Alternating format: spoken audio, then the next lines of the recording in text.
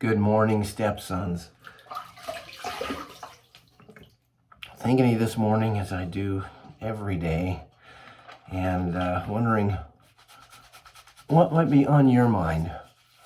What are the things that you're thinking about? What are the challenges you have? What do you need to hear from Stepdad today?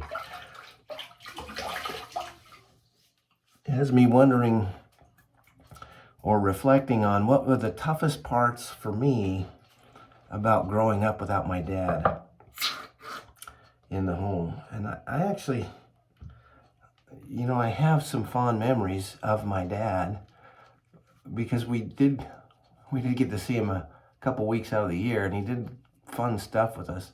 He lived in Southern California, which is a couple of states away from where I grew up, and so, we only saw him a couple weeks out of the year, and that was pretty much it. And this is long before cell phones and video chats, and, you used to pay extra for a long distance phone call from your house on the one phone that the house had. So it was a different world back then than the world you're growing up in. So I didn't see him a lot, but when I did have some good experiences and fun ones.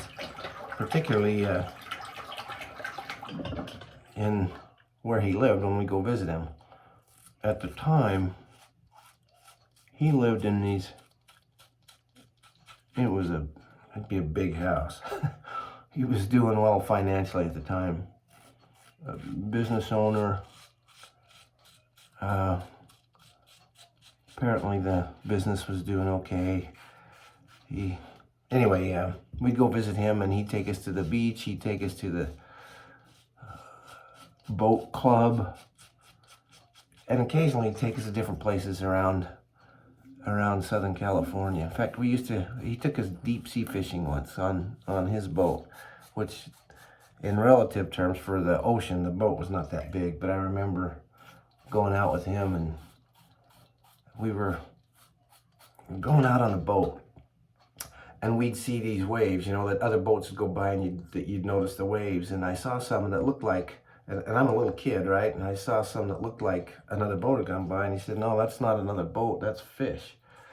Because there's no boat around. And sure enough, as we got closer to him, it was a bunch of porpoise, a school of dolphins that were just playing in the water and churning the waters. They'd jump out and go back in. And as our boat went through, it had this rail on the bow, and so as a kid, my mom, I don't know if my mom would freak, my wife would freak, but we were just hanging on the bow of the boat while we're speeding through this school of porpoise, and they would swim up alongside and then just peel away, and swim up alongside and peel away, and it was so fun. It was like they were playing with us as we motored through the school of porpoise. So I hope that as you're growing up and your dad's not in your daily life, that maybe he's still in your life somehow. And the challenge may come for you in